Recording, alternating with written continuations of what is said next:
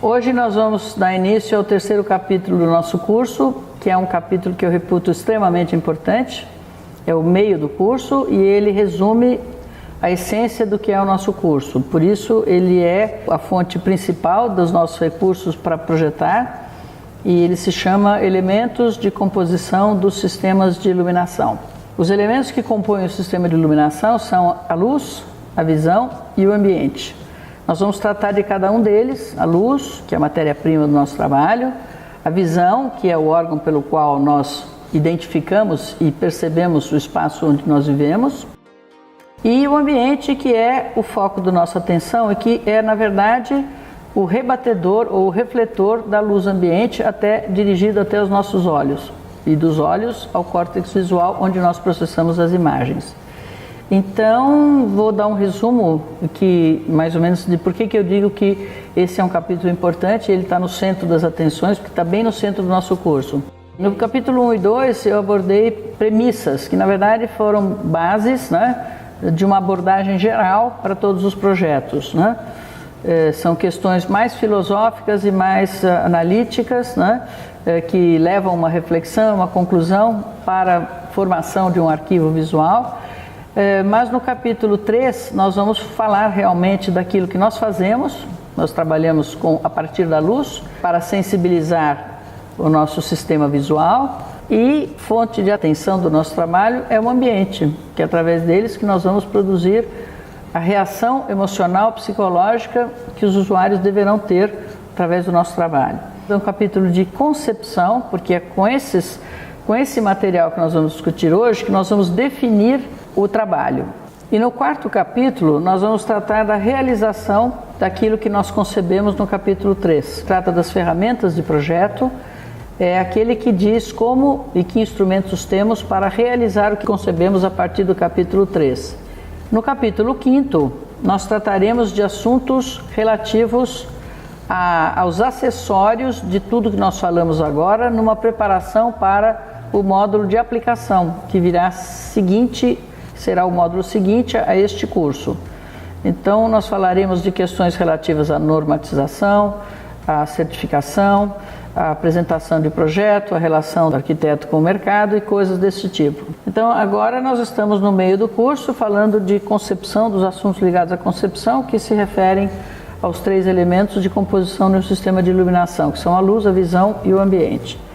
A luz, na verdade, é percebida pela visão, tanto diretamente, olhando para a fonte, diretamente para uma fonte, ou seja, o sol do final da tarde, claro, a lua, as luminárias, um abajur, como ela é percebida indiretamente através da reflexão da luz nos interiores do ambiente. Portanto, a visão recebe as informações da luz, ou diretamente da luz, ou diretamente do ambiente, que é o rebatedor da luz do interior de um ambiente. Esses 3 sistemas interagem de maneira extremamente clara e precisa e definem parâmetros como, por exemplo, de que o conforto visual é fundamental para que a gente consiga identificar confortavelmente um ambiente, como também parâmetros de claros e escuros, cores, que vão definir o aspecto emocional, psicológico de um ambiente.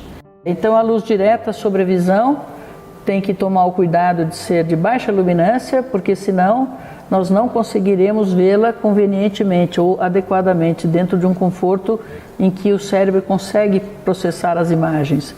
Então nós temos que lembrar que tudo que nós vemos em termos de brilho direto tem que ser adequado ao sistema de visão, porque qualquer fonte brilhante desarmoniosa em relação ao conjunto vai impedir uma percepção de alta qualidade de um ambiente. Portanto, tudo que nós temos que conhecer sobre a luz, sobre a visão, vai impactar na qualidade do ambiente que nós vamos desenhar. Nós vamos ver uma série de fotografias agora, onde nós podemos perceber como a luz direta, entrando através da cúpula da Basílica de São Pedro, é percebida em termos dos seus raios, se houver nesse espaço partículas em suspensão, seja de poeira ou seja de umidade, seja de tempestade de areia, de cinzas vulcânicas, não importa. Quando há material em suspensão, a luz, sem dúvida, se reflete nessas partículas e nós conseguimos ver o facho luminoso. Para mostrar alguns fachos luminosos, eu certamente vou usar um pouquinho de ou fumaça ou qualquer coisa em suspensão para fazer vocês verem com clareza como se diferenciam uns fachos dos outros. Aqui nós temos um exemplo. Nós não estamos vendo o material em suspensão dentro da igreja, mas ele existe, tanto assim que os fachos luminosos estão identificando todo esse material.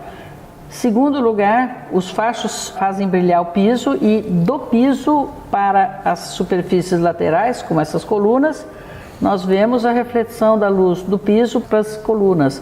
E é assim que nós temos que entender toda a luz que nós jogamos no espaço. Haverá sempre a luz direta e haverá sempre a reflexão daquela superfície. Então, quando nós queremos ambientes com um pouco mais de aspecto cênico, teatral, nós vamos ter que fazer elementos de acabamento um pouco mais escuros, de maneira que ou se vejam as linhas como aqui. Isso não é um projeto meu, nem eu estou sugerindo que se faça assim, mas aqui se percebe claramente as linhas luminosas, porque o acabamento é um pouco mais cinza, e ele não é cinza porque ele é pintado de cinza, mas é porque a luz saindo da fonte do rasgo, bem tangencial à superfície, não a ilumina. Então o contraste entre a luz brilhante do rasgo e a superfície branca da cobertura do forro faz com que essa superfície apareça cinza. Então o cinza contra a luz brilhante do rasgo dá um aspecto bem marcante de sombras, né, de claros escuros, e dá um aspecto um pouco mais cênico, como era mais ou menos aquela foto da Basílica de São Pedro.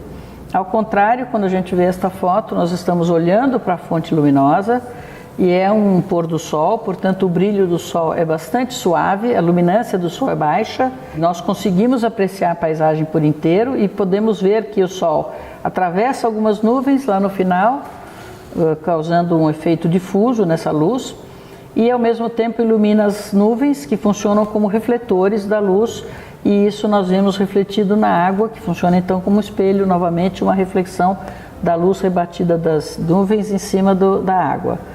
Aqui nós vamos ver que nós estamos convivendo com dois efeitos: a luz direta de baixa iluminância, são pontinhos no interior de um ambiente, e esses pontinhos são vistos, bem vistos, não incomodam, porque eles são de baixíssima luminância.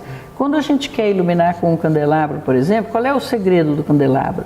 Ele tem muitas lâmpadas, portanto muitas fontes emissoras de luz, mas todas elas de pequena intensidade. Então elas não brilham, não incomodam, elas dão até um certo brilho de alegria para o espaço, mas elas iluminam de forma homogênea, regular, e elas são vistas como, por exemplo, um motivo de festa, de alegria.